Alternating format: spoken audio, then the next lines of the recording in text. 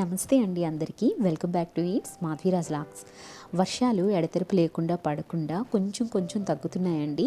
ఇలా తగ్గినప్పుడు 4-5 రోజులకు మనం మన గార్డెన్లో చూసే మొదటి మార్పు ఏంటి అంటే పెస్ట్ అటాక్స్ అండి. తెల్లనల్లి, ఆకుముడత, ఇలా రకరకాలన్నమాట.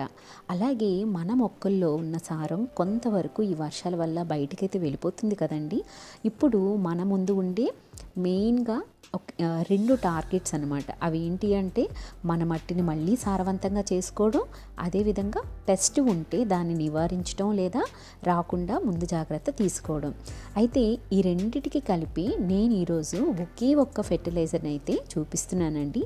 ఇది నేను యూజ్ చేశాక మా టెర్రస్లో ఫ్రూట్ ట్రీస్లో ఎంత చేంజ్ వచ్చిందో, ఎన్ని ఎక్కువగా కాయలు వచ్చాయో చూపిస్తానండి. హార్వెస్ట్ చాలా బాగుంటుంది, స్కిప్ చేయకుండా చూడండి.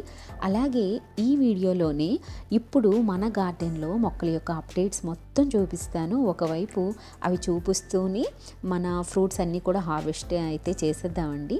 నేను అంత ఎక్కువగా క్రాప్ రావడానికి చేసిన ఫెర్టిలైజర్ని ఇదే వీడియోలో కూడా చూపిస్తున్నాను. వీడియో కొంచెం లెందీగా ఉన్నా మీకు ఉపయోగపడే అంశాలు అయితే చాలా ఈ వీడియోలో ఉన్నాయి. వీడియో కానీ నచ్చితే లైక్ చేసి నా ఛానల్ని సబ్స్క్రైబ్ చేసుకొని మీ సపోర్ట్ అయితే ఇవ్వండి. అలాగే ఇప్పుడు మీరు మన గార్డెన్లో చూస్తున్నట్లయితే వర్షంతో పాటు మనకి గాలి కూడా విపరీతం ఉంటుందండి.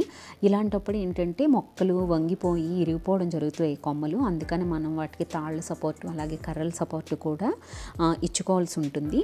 అలాగే ఇక్కడ మా కాకరపాతు చూశారు కదా ఎంత ఆరోగ్యంగా ఉందో, కుండీలో పడి మొలిచిందనమాట. అలాగే ఇక్కడ మనం ముల్లంగి వేసుకున్నాం కదా, నేను విడతీసి మొత్తం కూడా పాతానని చూపించాను కదా ఇంతకుముందు. ఆ ముల్లంగి ఇప్పుడు చూస్తున్నారు కదా ఎంత ఆరోగ్యంగా కనిపిస్తుందో. అలాగే కొంచెం కొత్తిమీర అయితే నేను పెట్టుకున్నానండి. అలాగే ఇవి ఉల్లికాడలు అండి. ఈ టబ్లో ఉల్లికాడలు నేను చాలాసార్లు అయితే యూజ్ చేశాను, ఇంకా చాలా ఉన్నాయి. అలాగే ఇక్కడ ఒక మిరప మొక్క మీకు చూపిస్తున్నాను చూడండి. ఇది బజ్జి మిరప. ఇది ఎలా వచ్చిందో నాకైతే తెలియలేదు. మేబీ నేను కాయగూరలు గట్రా వేస్తూ ఉంటాను కదా, అలా వచ్చి ఉంటుంది. అలాగే ఇది చెర్రీ అండి. చూస్తున్నారు కదా, మనం కటింగ్స్ ఇచ్చిన తర్వాత చెట్టు నిండా పూత అయితే చాలా ఎక్కువగా వచ్చింది. అలాగే ఇది మన డ్రాగన్ ఫ్రూట్ చూడండి. ఈ వర్షాల్లో డ్రాగన్ ఫ్రూట్ ఇలా ఉందన్నమాట, పెద్దగా వస్తున్నాయి. మరి చూడాలి, ఇదైతే మొదటిసారి డ్రాగన్ ఫ్రూట్ అవ్వడం కదా. అలాగే ఇక్కడ జామ చెట్టు చూడండి. ఇది గ్రో బ్యాగ్లో పెట్టుకున్న జామ చెట్టు అయితే ప్రతి ఒక్క కొమ్మకి కూడా పిందెలు అయితే రావడం జరిగిందండి. ఇది మునగ చెట్టు, మన గ్రో బ్యాగ్లో ఉన్న మునగ చెట్టు అండి ఇది.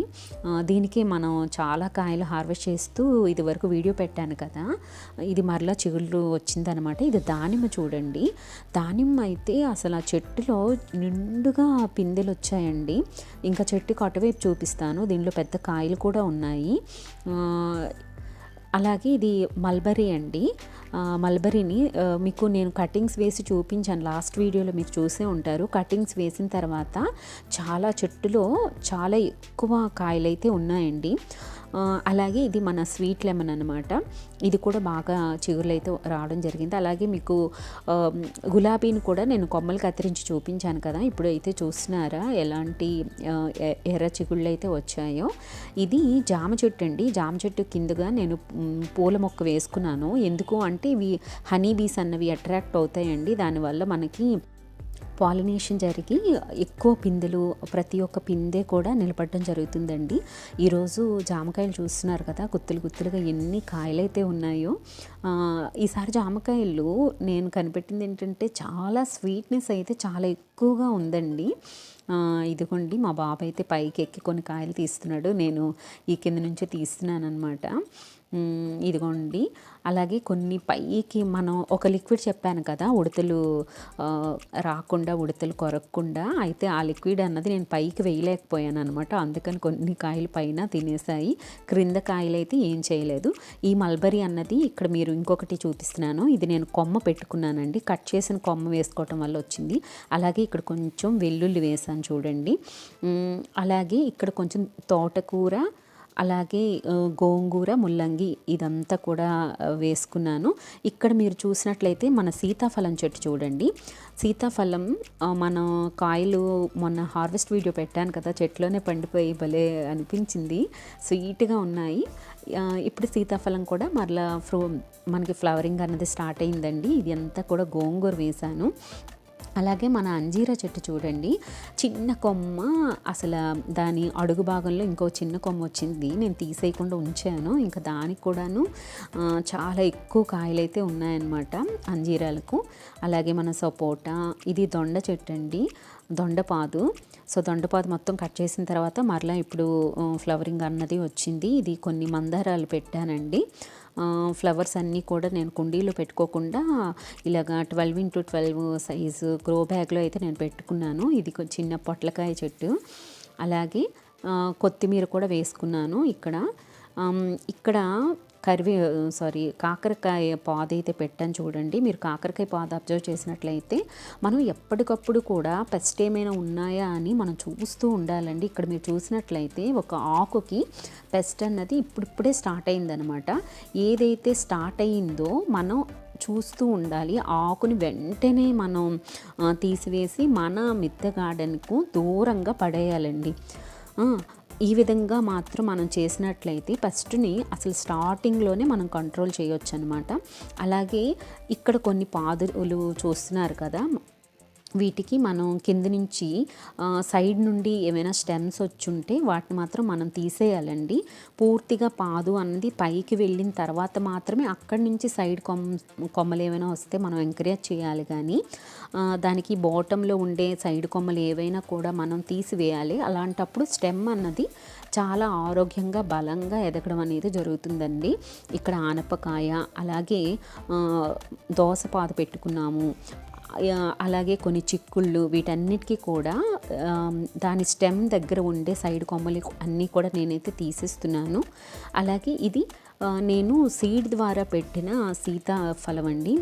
చూడాలి ఎన్ని ఇయర్స్కి కాపు అనేది వస్తుందో నేనైతే అప్డేట్ అయితే మీకు ఇస్తాను. ఇలా దూరం నుంచి చూస్తే అక్కడ కరివేపాకు, జామ, రేగు చెట్లు పైన చూస్తున్నారు కదా, అదంతా కూడాను మన ద్రాక్ష చెట్టు, ద్రాక్ష పాదు అయితే అల్లుకుందండి. ఇదంతా కరివేపాకు అండి. అసలు కరివేపాకు అయితే చాలా ఎక్కువగా ఉంది. నేనైతే వీధిలో పనిచేస్తున్నాను తీసేసి. అలాగే ఇది మన మునగ చెట్టు అండి. ఇప్పుడు మీరు చూస్తున్న ఈ మునగ చెట్టు అయితే నేను విత్తనం ద్వారా పెట్టుకున్నాను. ఇది కూడా నేను మధ్యలో కట్ చేశానండి. కట్ చేసిన తర్వాత సైడ్ బ్రాంచెస్ చాలా ఎక్కువగా వచ్చి మనకి ఆకు అయితే చాలా ఎక్కువగా ఉంది. అలాగే మనం వాడేసిన మన ఇంట్లో కిచెన్ వేస్ట్ ఉంటుంది కదా, అది కూడా నేను పైన వేసుకున్నాను. దీనిపైన నేను మట్టిని అయితే కప్పేస్తాను. అలాగే ఇది ఇటువైపు చూపిస్తున్నాను చూడండి. ఇది గ్రో బ్యాగ్లో 18x18 సైజులో ఉన్న గ్రో బ్యాగ్లో ఉన్న మునగ చెట్టు. అలాగే కొంచెం తోటకూర ఉందండి. ఈ తోటకూరని కూడా నేను హార్వెస్ట్ చేసేసాను. అలాగే గోంగూర చూపిస్తున్నాను చూడండి. ఈ గోంగూర మీకు గుర్తుండే ఉంటుంది, వైట్ కలర్గా వాటర్ స్టాకేజ్ అవ్వటం వల్ల ఎల్లో కలర్గా ఆకులు మారిపోయి స్టార్ ఫ్రూట్ ప్లస్ గోంగూర అని చెప్పాను కదా. ఆ రోజైతే ఒక రెమెడీ చేసి చూపించాను కదా.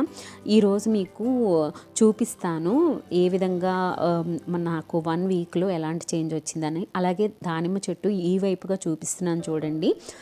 2 పెద్ద కాయలు ఉన్నాయని చెప్పాను కదా, అవి. అలాగే మన ఆరెంజెస్ కూడా ఈరోజు చీనీ బత్తాయి, ఇవి కూడా ఈరోజు అయితే హార్వెస్ట్ చేసేస్తానండి. చాలా ఎక్కువ కాయలు అయితే చెట్లో ఉన్నాయి.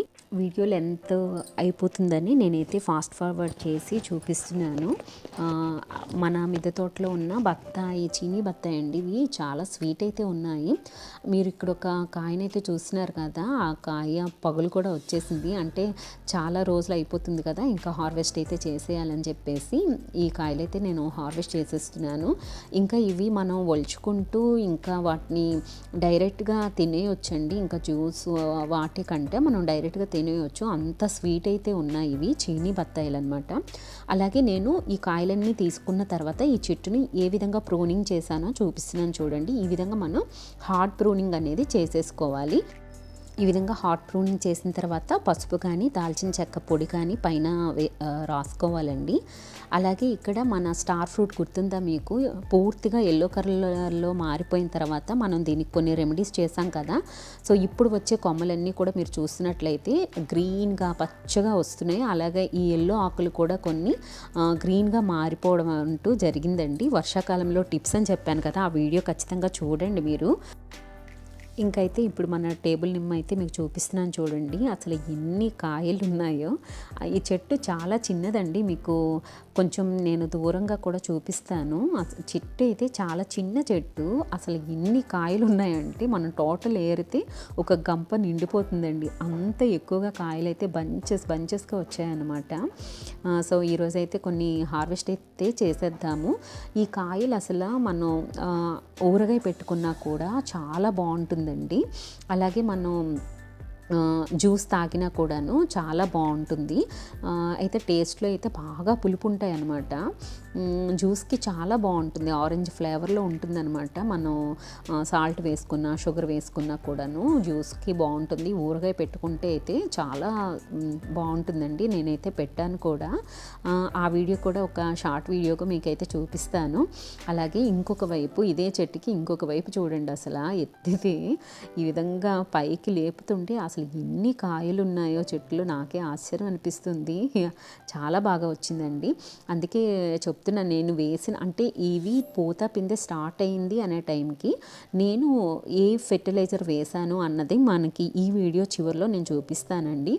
అది నేను ఎప్పుడు కూడా పూత పిందె స్టార్టింగ్లో వేయండి, ఆ తర్వాత మనం హార్వెస్ట్ చేసేసిన తర్వాత ప్రూనింగ్ చేసుకుంటాం కదా, ప్రూనింగ్ చేసిన వెంటనే మళ్ళీ ఈ ఫెర్టిలైజర్ అయితే ఇవ్వండి. వర్షాకాలంలో మెయిన్గా ఇవ్వటం వల్ల ఏంటంటే, ఈరోజు నేను చెప్పిన ఫెర్టిలైజరు మట్టిని సారవంతంగా చేయడంతో పాటు మనకి పెస్ట్స్ అన్నవి కూడాను రాకుండా ఉంటుందన్నమాట. చూస్తున్నారు కదా, అసలు ఎన్ని తీస్తున్నానో ఇంకా వస్తూనే ఉన్నాయి. ఇప్పుడు మొత్తం కాయలన్నీ ఈ పైన కొన్ని ఉన్నాయండి, ఇవి కూడా తీసేద్దాము. సో ప్లేట్ అయితే నిండిపోయింది, 2 ప్లేట్స్ కంప్లీట్గా నిండేయండి, అంత ఎక్కువ అయితే వచ్చింది ఈ చెట్టుకి. చూస్తున్నారు కదా, కిందకైతే రాలిపోతున్నాయి అన్నమాట చాలా పళ్ళు. అలాగే ఇక్కడ కొన్ని బత్తాయిలు ఉన్నాయండి, ఇవి కూడా మనం తీసేసుకుందాము. ఇవన్నీ కూడా మనం అవి తీసుకోవాలి అంటే ఇవన్నీ కూడా పక్కన పెట్టుకుంటే అవి మనం కోసుకోవడానికి అవుతుంది అనమాట. సో ఇప్పుడు ఇవి కూడా తీసేస్తున్నాను. ఈ కాయల్లో అయితే జ్యూస్ ఎక్కువగా ఉంటుందండి. ఇవి మధ్యలో కోసి ఉప్పు కారం పెట్టి మా పిల్లలకి ఇస్తే చాలా ఇష్టం అన్నమాట. హెల్త్కి కూడా చాలా మంచిది. ఇవి హ్యాపీ అనిపించిందండి ఈరోజు హార్వెస్ట్ అన్నది. నిజంగా చాలా సంతోషం అనిపించింది. ఇంత కష్టానికి మనం పడిన ప్రతిఫలం అన్నది దొరికితే నిజంగా చాలా హ్యాపీ కదా. ఇక్కడ గ్రో బ్యాగ్స్ అన్నీ కూడా కింద నేను స్టాండ్లు పెట్టుకున్నాను చూసారా, స్లాబ్కి ఎలాంటి ఇబ్బంది లేకుండా. అలాగే ఇప్పుడు మన ఫెర్టిలైజర్ ఏ విధంగా చేయాలో చూపిస్తున్నాను చూడండి. ఇక్కడ నేను ఒక 100 ఎగ్ షెల్స్ అయితే తీసుకున్నానండి. ఎగ్ షెల్స్ అన్నీ కూడా నేనైతే మిక్సీలో వేస్తున్నాను. దీన్ని మీరు వీలైతే మీరు పౌడర్గా చేసుకోండి. ఇక్కడ నేను లిక్విడ్ ఫామ్లో చేస్తున్నాను. వాటర్ వేయటం వల్ల కొంచెం నలిగిందనమాట, అందుకని చెప్పి నేను వాటర్ వేసి లిక్విడ్ ఫామ్లో అయితే చేస్తున్నాను. ఇక్కడ 100 ఎగ్ షెల్స్ అయితే నేను తీసుకోవడం జరిగిందండి. చూస్తున్నారు కదా, ఈ విధంగా మనం ఎగ్ షెల్స్ అన్నీ కూడా కొంచెం వాటర్ వేసి ఈ విధంగా లిక్విడ్గా నేను చేసుకున్నాను. ఇప్పుడు మనం ఒక 100 గ్రాముల దాల్చిన చెక్క పొడి అయితే తీసుకున్నానండి. ఇది ఒక 1/2 కేజీ వేపపిండి అండి. సో 100 ఎగ్ షెల్స్కి ఒక 1/2 కేజీ వేపపిండి, ఒక 100 గ్రాముల దాల్చిన చెక్క పొడి తీసుకున్నాను. మీరు ఒకవేళ 50 ఎగ్ షెల్స్ కానీ తీసుకున్నట్లయితే ఒక 100 గ్రాముల వేపపిండి, ఒక 3-4 స్పూన్లు, ఒక 3 స్పూన్లు దాల్చిన చెక్క పొడి వేసుకోండి. ఈ విధంగా వేసుకున్న తర్వాత మనం ఒకసారి బాగా కలిపేసుకొని వాటర్ వేయాలండి. వాటర్ వేసి కొంచెం లిక్విడీగా మనం తయారు చేసుకోవాలన్నమాట. ఇప్పుడు నేను మిక్సీ కడిగేసి ఆ వాటర్ అంతా కూడా ఇందులో వేస్తున్నాను చూడండి. ఈ విధంగా లిక్విడ్ ఫామ్గా మనం ఒక్కసారి బాగా కలిపేసుకోవాలి. బాగా కలుపుకున్న తర్వాత దీనికి మూత పెట్టి ఒక 4-5 గంటలు అయితే రెస్ట్ ఇచ్చేయాలండి కంప్లీట్గా. ఆ పైన ఏదైతే వాటర్ వస్తుందో ఆ వాటర్ని మనం మొక్కల పై లేయర్గా మనమైతే స్ప్రే చేసుకోవాలండి. ఆ స్మెల్కి మనకి పెస్ట్స్ అనేవి చాలా వరకు వర్షాకాలంలో వచ్చే పెస్ట్స్ అన్నీ కూడాను బాగా కంట్రోల్ అవుతాయి ఆ స్మెల్కి.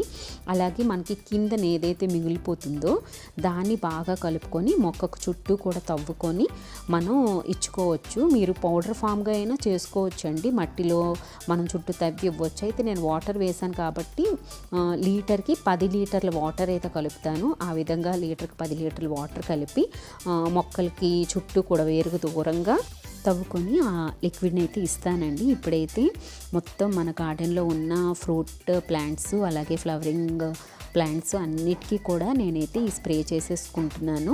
మనం ఈ విధంగా స్ప్రే చేసుకోవటం వల్ల ఇంకా పెస్ట్స్ అన్నవి బాగా కంట్రోల్ అవుతాయండి.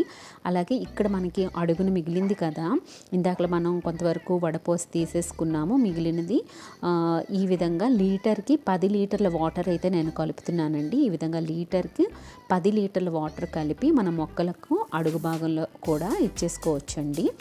సో ఈ విధంగా చేయటం వల్లే నేను ఒక మంచి రిజల్ట్ అయితే నా ప్లాంట్స్లో అయితే నేను తెప్పించుకున్నానండి. మరి మీరు కూడా తప్పకుండా దీన్ని అయితే ట్రై చేయండి మీ ఇంటి దగ్గర. సో ట్రై చేసిన తర్వాత మీ మిద్దె గార్డెన్లో కూడా ఎలాంటి చేంజెస్ అయితే చూసారో నాకు కామెంట్ సెక్షన్లో కామెంట్ చేసి చెప్పండి. సో ఇదండి ఈరోజుటి వీడియో. మరి ఈ వీడియో కానీ నచ్చినట్లయితే నా ఛానల్ని తప్పకుండా సబ్స్క్రైబ్ చేసుకొని వీడియోని అయితే లైక్ చేసి మిద్దె గార్డెన్ని ఇష్టపడే వాళ్ళకి ఖచ్చితంగా నా వీడియోని అయితే షేర్ చేయండి.